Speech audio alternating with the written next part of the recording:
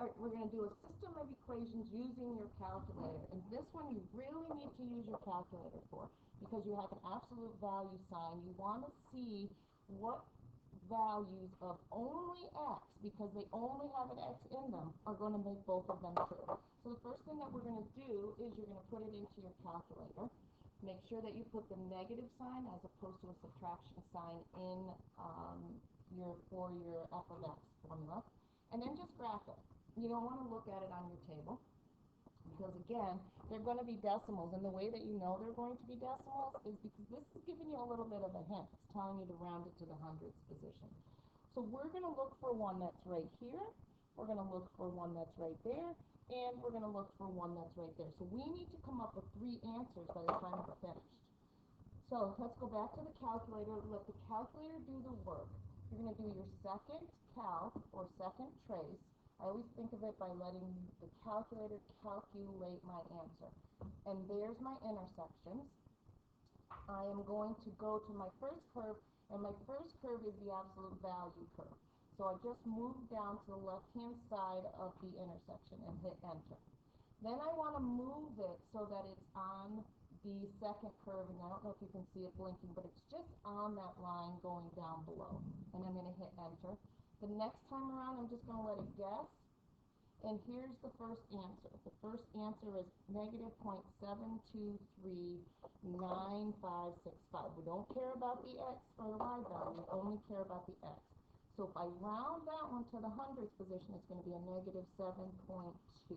That's one answer. We'll put them in red as we go through, and then we'll combine them all up and get to the end. Now we have to move around. So what we're going to do is we have to get closer to this second, one that we have right here. So we're going to look for that one. We just have to move our calculator around a little bit. We're going to do our second calc again, do another intersect. Now I'm going to move my arrow. Again, I'm on the absolute value. So that's the line going straight. I'm going to get closer to my intersection, hit an enter.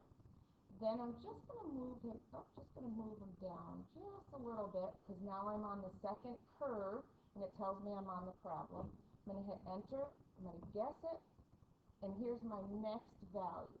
Let me pull it down here. I'm just going to put it on top for a second. Again, we don't care about the y value because we're only looking for x, because that's all that's in my equation.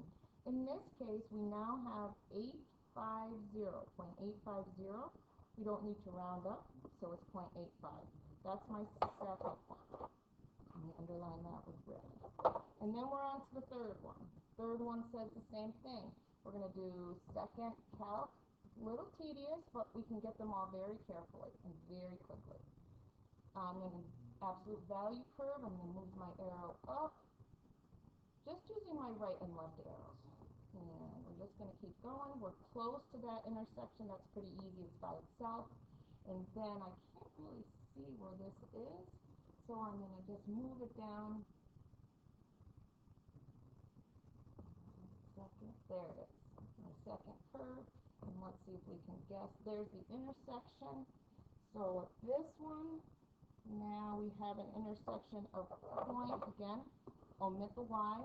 I have an intersection of 0.84, or I have an intersection of 4.8.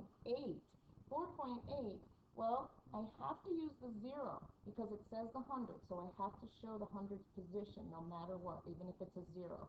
So my answers to my equation here, my solution set, is actually going to be, let's put it in a solution set, negative 0.72, and I've got 0.85, and I got 4.80. And there's my solution set. Do not put your y values down, and be sure that you have a placeholder for every position that you're rounding to, even if it's 0.